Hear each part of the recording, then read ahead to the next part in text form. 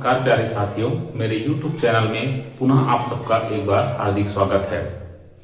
आज की इस क्लास में हम हिंदी व्याकरण के अंतर्गत हिंदी व्याकरण का दूसरा टॉपिक जिसका नाम है विराम चिन्ह पढ़ने वाले हैं। विराम चिन्ह को हम कुल मिलाकर के 3 वीडियोस में कंप्लीट करेंगे, 3 से 4 वीडियोस में कंप्लीट करेंगे। ठीक है, इसके पहले हमने हिंदी वर्णमाला जो कि हिंदी व्याकरण का सबसे महत्वपूर्ण टॉपिक है उस पर डिस्कस किया है। यदि आपने वो वीडियो नहीं देखा है तो एक बार वो वीडियो आप जरूर वॉच कर लीजिए।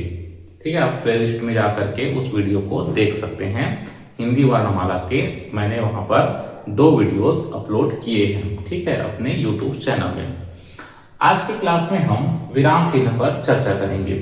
ठीक है, कि विराम चिन्ह क्या होता है और यहाँ के जो प्रश्न है वो किस प्रकार आते हैं, और परीक्षा में कम से कम एक प्रश्न विराम चिन्ह से पूछे ही जाते हैं, चाहे वो टीईटी की परीक्षा हो या प्री डीएलएड की परीक्षा हो या शिक्षक भर्ती की परीक्षा हो या फिर व्यापम का कोई भी एग्जाम हो। अगर हिंदी व्याकरण के कोई प्रश्न आ रहे हैं तो वहां पर विराम चिन्ह का एक न एक प्रश्न पूछा ही जाता है। तो इस क्लास में हम विराम चिन्ह के पूरे बेसिक चीजों पे चर्चा करेंगे कि कितने सारे विराम चिन्ह हैं, क्या है, ऐसा करके। और उसके जस्ट अगले वीडियो में हम एक एक विराम चिन्हों के बारे में जानेंगे कि वो विराम चिन्ह का प्रयोग कहां पर किया जाता है। ठीक, तो चलिए क्लास स्टार्ट करते हैं। देखिए, विराम चिन्ह सबसे पहले हम लोग जानते हैं विराम का अर्थ। विराम का अर्थ होता है ठहराव या रुकना। ठीक है, विराम का अर्थ क्या होता है? ठहराव या रुकना। मतलब बोलते बोलते या बोलचाल में, है ना, किसी भाषा के बोलचाल में कहीं पर हमको रुकना पड़ता है। कंटिन्यू तो बोल नहीं सकते, कहीं पे रुकना पड़ता है, कहीं पे कम रुकना पड़ता है, कहीं पे ज्यादा रुकना पड़ता है, कहीं पर पूरी तरीके से रुकना पड़ता है। ठीक है, तो उसी रुकना या ठहराव को कहा जाता है विराम। ठीक है, कई बार पेपर में सीधा सीधा ये पूछा जा सकता है कि विराम का अर्थ क्या होता है। तो विराम का अर्थ होता है ठहराव या रुकना। अब यहाँ पे आगे समझते हैं, चूंकि हमारा जो टॉपिक है वो है विराम चिन्ह। ठीक है, तो विराम चिन्ह क्या होगा? देखो, बोलचाल की भाषा में बातचीत के दौरान हम तो रुक सकते हैं, लेकिन लेखन में जब भाषा का हम लोग लेखन करेंगे, भाषा को जब हम लोग लिखित रूप प्रदान करेंगे, तो वहां पे लिखते लिखते रुक जाने से ठहराव थोड़ी ना समझ में आएगा, है ना। तो वहां पर क्या करना पड़ेगा? जहां पर ठहराव है वहां पर हमें उचित चिन्ह का प्रयोग करना पड़ेगा। इस प्रकार विराम के लिए जब हम उचित चिन्ह का प्रयोग करेंगे भाषा के लिखित स्वरूप में, तो उसी को कहा जाएगा विराम चिन्ह। ठीक है, तो पहली बात ये याद रखना है, विराम का अर्थ होता है ठहराव या रुकना। विराम का अर्थ होता है ठहराव या रुकना। फिर आगे क्या कहता है? लिखित भाषा में ठहराव को प्रदर्शित करने के लिए, मतलब जब हम भाषा को लिखित रूप प्रदान करेंगे तो हमें क्या करना पड़ेगा? ठहराव को प्रदर्शित करने के लिए कुछ चिन्हों का प्रयोग करना पड़ेगा या कुछ चिन्हों का प्रयोग करते हैं, और उन्हीं चिन्हों को क्या कहा जाता है? विराम चिन्ह। तो ये कई बार डायरेक्ट ये स्टेटमेंट भी पूछा जा सकता है कि लिखित भाषा में ठहराव को प्रदर्शित करने के लिए कुछ चिन्हों का प्रयोग करते हैं, उसे क्या कहेंगे? तो क्या कहते हैं? विराम चिन्ह। ठीक है, अब आगे यहाँ पर ध्यान देना है कि विराम चिन्ह की आवश्यकता आखिर क्यों होती है। हमें भाषा को लिखित रूप प्रदान करते समय वहां पर विराम चिन्हों का प्रयोग क्यों करते हैं? तो देखिए, इसके कुछ रीजंस हो सकते हैं। देखो, विराम चिन्हों का प्रयोग इसलिए किया जाता है ताकि भाषा को हम स्पष्ट रूप प्रदान कर सके, है ना। अर्थात भाषा की स्पष्टता के लिए हम विराम चिन्हों का प्रयोग करते हैं। विराम चिन्हों का प्रयोग करेंगे तभी भाषा में स्पष्टता आएगी, भाषा के प्रयोग का उचित अर्थ हमको पता चलेगा कि वहां पर भाषा का जो लिखित स्वरूप है वो वास्तव में क्या कहना चाहता है। ठीक है, दूसरा जो चीज होता है यहां,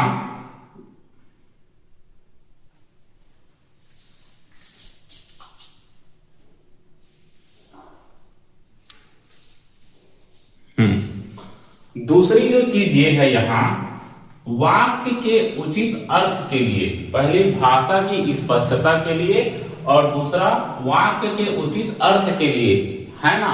अगर हम विराम चिन्हों का प्रयोग नहीं करेंगे तो अर्थ का अनर्थ भी हो सकता है, ठीक है। इसीलिए हमको भाषा के लिखित रूप में, है ना, भाषा को जब लिखित रूप प्रदान करते हैं तो वहां पर विराम चिन्हों का प्रयोग बहुत ही ज्यादा जरूरत पड़ती है, ठीक। तो ये छोटी छोटी बातें आपको दिमाग में रखना है कि विराम का अर्थ होता है ठहराव या रुकना। लिखित भाषा में ठहराव को प्रदर्शित करने के लिए कुछ चिन्हों का प्रयोग किया जाता है जिन्हें विराम चिन्ह कहते हैं। विराम चिन्हों की आवश्यकता क्यों पड़ती है? पहला रीजन मैं बताया, भाषा की स्पष्टता के लिए और वाक्य के उचित अर्थ के लिए, ठीक है। अब इसको हम इन 3 एग्जाम्पल के माध्यम से समझते हैं कि विराम चिन्हों का वास्तव में प्रयोग करना क्यों जरूरी है। तो देखिए, मैंने यहाँ पर 3 वाक्य लिखा है। अब इन तीनों वाक्यों को पढ़ते हैं। सबसे पहला लिखा है, रोको मत जाने दो, रोको मत जाने दो, ठीक है। तो इस वाक्य को पढ़ने से हमें कोई स्पष्टता नजर नहीं आ रही है कि ये वाक्य कहना क्या चाहता है। रोको मत जाने दो बस लिखा हुआ है, लेकिन इस वाक्य को पढ़ने से कोई भी स्पष्टता नहीं आ रही है, ठीक है, क्योंकि अब अगले 2 वाक्यों से ये चीजें और स्पष्ट होगी। दूसरे वाक्य में हमने यहाँ लिखा है रोको, फिर यहीं पे कॉमा लगा दिया तो रुकना तो पड़ेगा, रोको मत जाने दो। और तीसरे में लिखा है रोको मत जाने दो। तो यहाँ सेकंड जो वाक्य लिखा है ये कह रहा है रुकने के लिए, रोको मत जाने दो, रोको मत जाने दो। और तीसरा जो वाक्य है ये कह रहा है रोको मत जाने दो, रोको मत जाने दो, है ना। तो यहाँ पर रुकने की बात हो रही है और यहाँ पर मत रोको करके बोला जा रहा है, मत रोको जाने दो, ठीक है। तो ये इस प्रकार यहाँ पे विराम चिन्हों के प्रयोग से वाक्य में स्पष्टता आ रही है कि वास्तव में इस प्रकार यहाँ पर कॉमा लगाने से या अल्पविराम लगाने से यहाँ पर रोकने की बात यहाँ पर स्पष्ट हुई और यहाँ पर नहीं रोकने की बात स्पष्ट हुई। जबकि इस वाले वाक्य में कहीं पर ही विराम चिन्ह का प्रयोग नहीं किया गया है, तो यहाँ पर व्यक्ति अपने हिसाब से इसका कोई भी अर्थ निकाल सकता है ना। वो अपने हिसाब से ये सोच करके कि रोकने को कह रहा है करके रोक भी सकता है और रोको मत सोच करके नहीं भी रोक सकता है। तो यहाँ पर तो अर्थ का अनर्थ भी हो जाएगा, ठीक। तो इसीलिए कहा गया कि वाक्य के उचित अर्थ के लिए यहाँ पर विराम चिन्हों का प्रयोग किया जाता है। चलिए और आगे जानते हैं। और कुछ इंपॉर्टेंट बातें हैं। यहाँ लिखा हूं मैं कि देवनागरी लिपि में लिखे जाने वाले सभी भाषाओं में, जैसे हिंदी हो गया, छत्तीसगढ़ी में कुल 20 विराम चिन्ह प्रयोग किए जाते हैं। यहाँ पर ये बात बहुत अच्छे से याद रखिएगा, क्योंकि हम हिंदी व्याकरण पढ़ रहे हैं। हिंदी व्याकरण में या हिंदी भाषा में टोटल विराम चिन्हों की संख्या कितनी है अगर बोला जाए तो 20 है। 20 विराम चिन्हों का प्रयोग किया जाता है। और यहाँ पर एक और बात लिखा गया है, देवनागरी लिपि में कितने हैं। तो देवनागरी लिपि तो नहीं बोलेंगे हम, यही बोलेंगे भाई कि कई सारी भाषाएं ऐसे जो देवनागरी लिपि में लिखी जाती है। लिपि क्या होता है मैंने इसको पहले क्लास में बताया है जब मैंने हिंदी वर्णमाला आपको समझा है। तो यहाँ पर समझने वाली बात यह है कि जितनी भी भाषाएं देवनागरी लिपि में लिखी गई है ना, जितनी भी भाषाएं देवनागरी लिपि में लिखी गई है वहां पर टोटल विराम चिन्हों की संख्या, उन भाषाओं में विराम चिन्हों की संख्या 20 है। कितनी है? 20 है। चाहे वो हिंदी हो या फिर छत्तीसगढ़ी, क्योंकि हिंदी भाषा भी देवनागरी लिपि में लिखी गई है और छत्तीसगढ़ी भाषा भी देवनागरी लिपि में लिखी गई है। तो कई बार यह सीधा पूछा जाता है कि हिंदी में विराम चिन्हों की संख्या कितनी है, हिंदी भाषा में प्रयोग होने वाले विराम चिन्हों की संख्या कितनी है, तो उसकी संख्या है 20। अब कुछ महत्वपूर्ण बात आपको दिमाग में रखना है। देखो, हिंदी भाषा में टोटल 20 विराम चिन्हों का प्रयोग होता है, लेकिन हिंदी का खुद का कितना है अगर पूछे, है ना। देखो ऐसे समझ जाइए, मान लीजिए मेरे पास 20 ठने पेन है ना, 20 पेन है।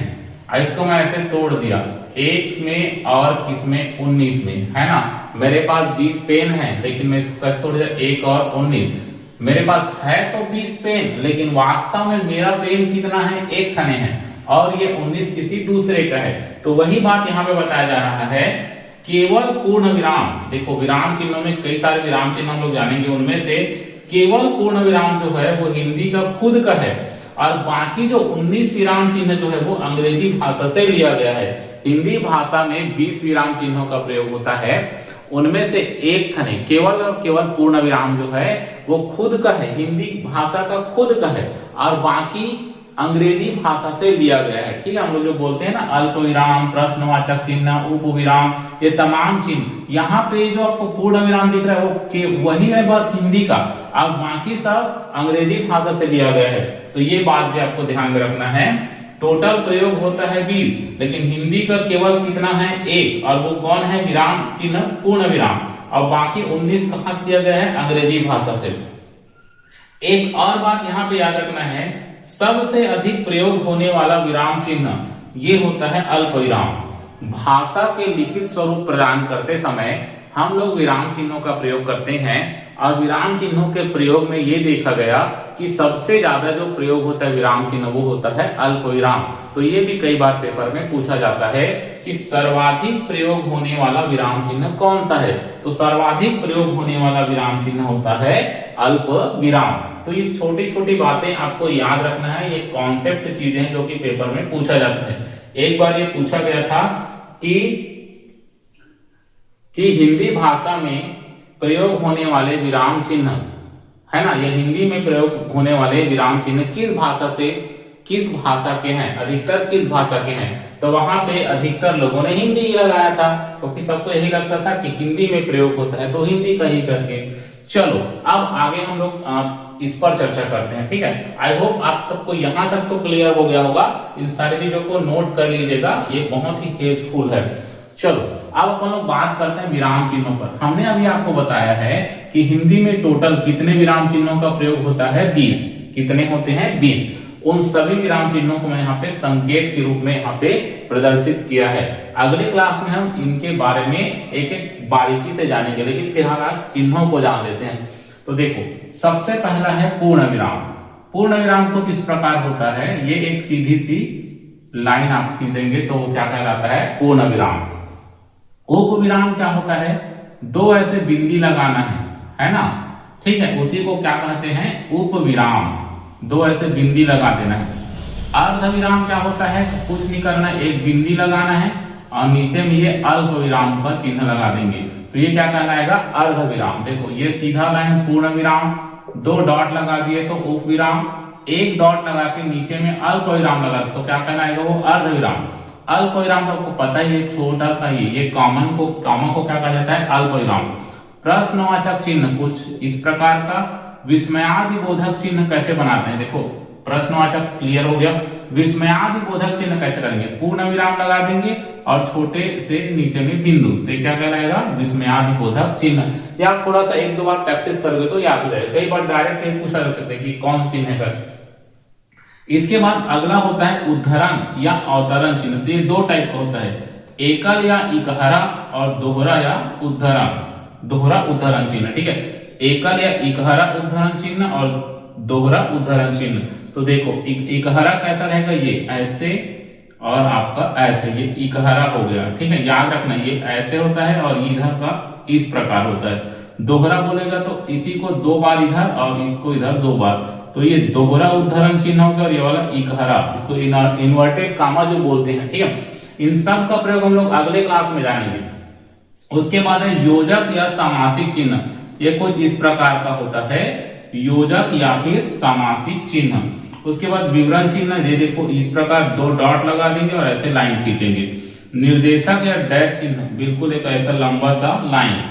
फिर कोष्टक चिन्ह, कोष्टक चिन्ह आपको तीन टाइप का दिखेगा, ये पहला कोष्टक, ये दूसरा कोष्टक और ये वाला तीसरा कोष्टक। इसको बोलते हैं छोटा, इसको बोल सकते हैं मंझुला और इसको बोल सकते हैं बड़ा, या बीच वाले को बोल सकते हैं सर्पाकार कोष्टक। ठीक है, हिंदी में तीन तरह के कोष्टक होते हैं, ये छोटा कोष्टक, ये मंझला कोष्टक और ये वाला बड़ा कोष्टक। ठीक, उसके बाद है ये हंस पद, इसको बोलते हैं हंस पद या उसी को कहा जाता है त्रुटि बोधक चिन्ह। फिर ये है रेखांकन, रेखांकन जिसको हम लोग अंडरलाइन बोलते हैं। ठीक है, उसके बाद है ये लाघव चिन्ह है, इस टाइप का लाघव चिन्ह होता है। उसके बाद है लोप वर्जन चिन्ह, ये डेश डेश डेश डेश है ना, ऐसे डॉट डॉट डॉट करके दिख रहा है, ये कहलाता है लोप या वर्जन चिन्ह। फिर है तुल्यता सूचक चिन्ह, जिसको बोलते हैं हम लोग बराबर। फिर ये है समाप्ति सूचक चिन्ह, ऐसे डॉट डॉट डॉट कर लीजिएगा, बीच में गोला फिर डॉट डॉट, ये कहलाता है समाप्ति सूचक चिन्ह। फिर आता है विकल्प चिन्ह, ऐसे तिरछा विकल्प चिन्ह, या जिसको बोलते हैं, है ना। उसके बाद है पुनरुक्ति चिन्ह, ऐसे करना, फिर ऐसे डबल लाइन, फिर ऐसे, फिर ये डबल लाइन। फिर उसके बाद है टीका सूचक चिन्ह, इसके हम लोग धन या स्टार या और कई सारे संकेतों का प्रयोग कर सकते हैं। तो ये सब चीजें आपको एक एक बार प्रैक्टिस कर लेना है, क्योंकि इनका संकेत आपको पता रहना चाहिए। बाकी हर विराम चिन्ह के बारे में डिटेल से हम अगले क्लास में जानेंगे, ठीक है। तो ये था विराम चिन्ह की बेसिक सी बातें, आपको ये दिमाग में रखना है और आपको ये पता रहना चाहिए कि हिंदी में टोटल 20 विराम चिन्हों का प्रयोग करते हैं। इसमें से आपका पूर्ण विराम केवल हिंदी का है, 19 अंग्रेजी से लिया गया है ना, याद रखना है। सबसे अधिक जो प्रयोग होता है विराम चिन्ह, उसमें आपका अल्प विराम, और ये सारी चीजें आपको नोट डाउन कर लेना है ताकि आपको हेल्प मिले, ठीक है। तो चलिए आज का ये जो क्लास था विराम चिन्हों का, हम इसको यहीं तक रहने देते हैं।